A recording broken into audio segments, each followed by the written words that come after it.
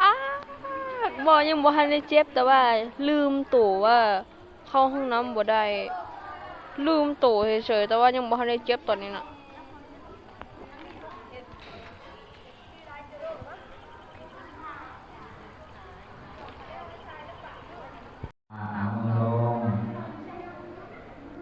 ผู้ใดที่แม่จากไปแล้วยังแต่พ่อยังพวกหลานหรือพ่อแม่หรือพ่อแม่ถ้าพวกหลานแม่หรือพ่อแม่ฉะนั้นอย่าหักพ่อแม่เพียงแต่ลมปากในคำสอนของพุทธศาสนาพวกหลานตอบแทนบุญคุณพ่อแม่หรือยังบางเพื่อนนอนแรงนี้พ่อเขาตายก็จะมีบางเพื่อนนอนมาแรงนี้แม่เขาตายก็มีบางเพื่อนนอนมาแรงนี้เขาตายเพราะพ่อแม่ก็มีแม่หรือพ่ออยู่ในนี้มันมีแต่งูจะงูใดที่ตายแต่งูแน่ๆว่าต้องตายแน่นอนแม่หรือพ่อแม่ทุกชีวิตต้องตายแต่บุคคลว่าสิตายมื้อเวลาถ้าพวกเราโดยเหตุผลนี้ถ้าฮอดมื้อบ่มีพ่อแม่เป็นเท่าไหร่เสียใจบ่เป็นศพแล้วเอาสิ่งงามๆมาให้เราเอาส้มงามๆมาให้พ่อเอาเสื้องามๆมาให้แม่มีความหมายบ่มีความหมายสามคนนำลูกบางคนโง่ไปก็นั้นอีกเขาโง่ไปเลยพอแม่ตายแจ้งเขาเข้าแต่เคาะลงศพพ่อเอ้ยแม่เอ้ยลงมากินข้าวแม่มีประโยชน์หรอถ้าเป็นผู้บ่าเนี่ยถ้าพ่อแม่ตายแล้วเข้าไปเคาะลงศพหรือพ่อแม่ตื่นขึ้นมาผู้บ่าจะเคาะเพิ่นมากินข้าวจะเคาะเพิ่นมานั่งรวมกันสนทนากันบ่ให้เพิ่นตายบ่ให้นอนอยู่โรงศพแน่นอนแต่เฮาคิดได้ว่ามันสายไปแล้วสายไปแล้วมั้งคิดได้เมื่อนั้นก็สายไปแล้วแม่หรือบ่แม่ตอนนี้พวกเรามีโอกาสอะไรหนึ่งพออย่างนี้แม่ยังมีลมหายใจอยู่แม่รู้ไหม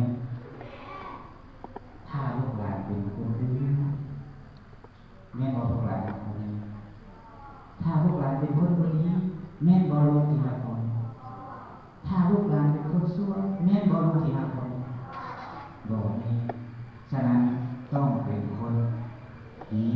ตั้งใจอันนี้คือข้อที่หนึ่งท่านเลี้ยงเรามาแล้วเราเลี้ยงท่านตอบแทนคือเดิมวันนี้ข้อที่สองเพศยังข้อที่สองช่วยกิจการเรียกงานของพ่อแม่พวกร้านที่ยังได้คือผู้บ่าวเอาไปหนึ่งร้านถ้วยได้บ่นี่ร้านถ้วยก็ได้คุณเงินได้บ่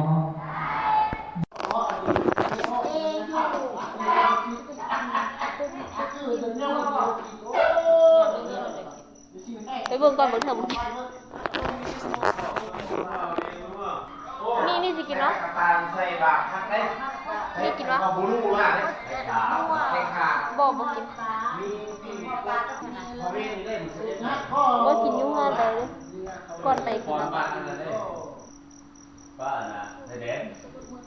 ไม่ยังโจ๊ะเด็ดใส่โจ๊ะยืดใส่โจ๊ะเป้กับไอ้นี่แต้งไปทงแล้วเอาเนื้อเนี่ยเอาลูก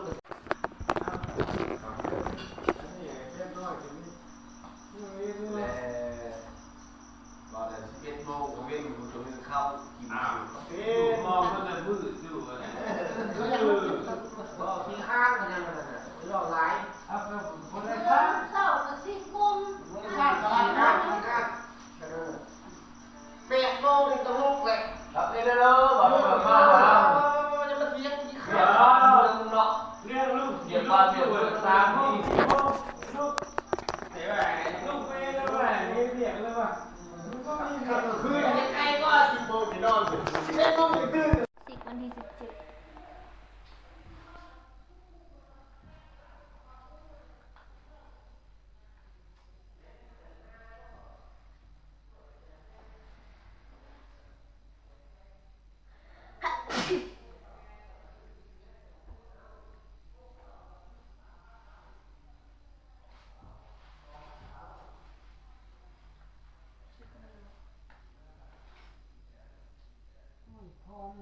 ทีเดียวเร็วนะหมดเบี้ยหรือทำยังไง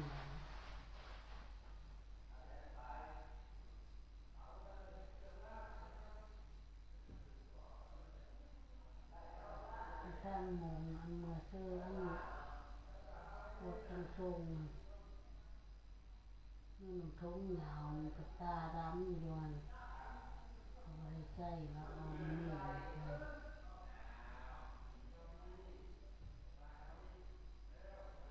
นี่เนี่ยเอาเงาไว้เนี่ยอันเนี้ย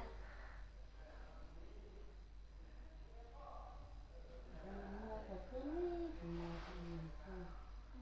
หาเจอเอาไว้ แม่นี้ปวดหัวมาเท่าใส่เนี่ยพอขึ้นมาตาดำ มันเป็นต้องใช้แล้ว กินยาก็ไม่ เอากินยาคู่มือมันคือเก่าคู่มือเลยว่าบริกวดก็ได้ อันนี้คือพร้อมบทเรื่องที่ถ้าหากว่าไม่มีใครถือกล้องให้ก็จะเป็นฟิลแบบนี้เลยเป็นฟิลเลยจับตรงไหนอ่ะไอเนี้ยเข้าไม่ได้เพราะเราไม่ได้ปากกาไขมาด้วยนะคะปากกาไขควงของเราไม่ได้เอามาด้วยอันนี้ซึ่งว่าในการทำงานให้มีความโปรเฟชชั่นอลถือว่าเป็นเรื่องที่เป็นโปรเจกต์ที่ค่อนข้างว่าท้าทายสำหรับตัวผมเองเลยเนื่องจากผมมีการเก็บตัวและเป็นงานที่เรียวช้ามากๆมากๆครับซึ่งว่าท้ายที่ผมคือมันต้องยืดทั้งวัน